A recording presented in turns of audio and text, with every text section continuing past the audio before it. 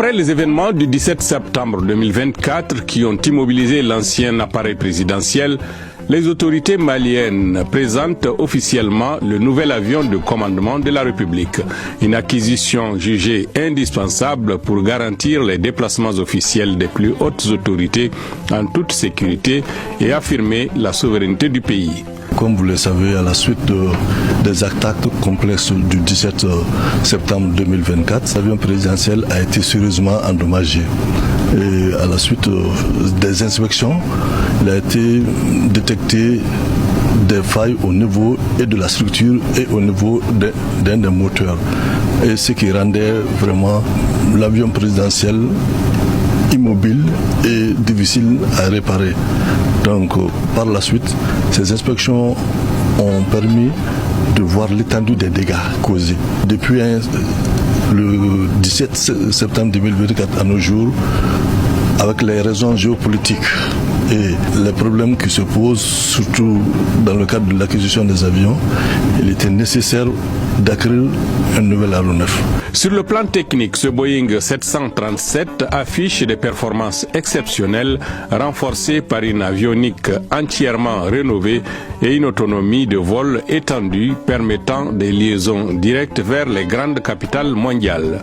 L'avion dans lequel on est, c'est exactement le même avion que l'ancien qui a subi l'attaque le 17 septembre 2024. La particularité de cet avion, c'est là où on est, c'est que toute l'avionique que vous voyez a été complètement changée et rénovée. Et une grande partie aussi du panneau supérieur aussi a été complètement modifiée. Et vous pouvez aussi constater que l'intérieur aussi de la cabine aussi a été modifié. Maintenant, nous avons une particularité avec cet avion, c'est que l'avion il a une endurance qu'on appelle autonomie, qui est l'ordre de 11 500 km. 11 500 km en convertissant, ça nous fait à peu près 14 heures de vol. Donc ce qui veut dire que par exemple, si on veut aller à Moscou c'est un vol direct. Si on veut aller en Chine, il suffit juste de se poser à une position intermédiaire, prendre un peu de carburant et puis continuer directement sur la Chine. Et donc c'est vraiment les avantages de cet avion-là et qui permet aux différentes délégations de pouvoir aller rapidement faire leur mission et puis revenir. La vitesse moyenne est de 950 km/h et l'altitude de croisière est de l'ordre de 41 000 pieds, soit à peu près 12 300 mètres d'altitude. Au-delà des aspects techniques, c'est le bilan financier d'une opération particulièrement avantageuse pour le trésor public malien que le ministre d'État, ministre de l'économie et des finances, a tenu à souligner. Il est important d'indiquer que l'acquisition de cet aéronef est plus économique pour nous, pour ce qu'on a constaté pendant 15 mois d'indisponibilité de l'ancien aéronef de commandement suite aux attaques du 17 septembre 2024. En 15 mois, on a vu quelles peuvent être les dépenses qui seront occasionnées à l'occasion des déplacements importants des délégations d'État. En plus de cela, ce que l'assurance nous a payé dans le cadre de cette attaque, parce que l'avion présidentiel était assuré, même si c'est un fait de terrorisme, nous avons pu récolter 6 milliards de francs CFA qui ont été versés dans les caisses du Trésor.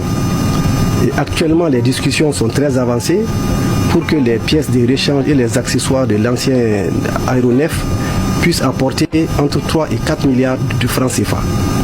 Donc, bon an, mal an, nous économisons déjà 9 à 10 milliards, ce qui fait que cet aéronef, ayant coûté 15 milliards 600 millions de francs CFA, n'entraînera qu'un décaissement net au niveau du Trésor que d'environ 5 milliards 600 à 6 milliards de francs CFA.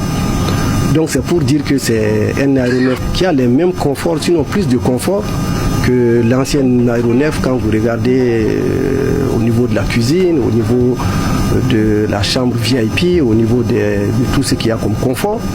Et vous vous rappelez que l'ancien aéronef a coûté à peu près un peu plus de 20 milliards de francs CFA, tout comme prix de revient. C'est ce qui a en tout cas été annoncé par les autorités de l'époque.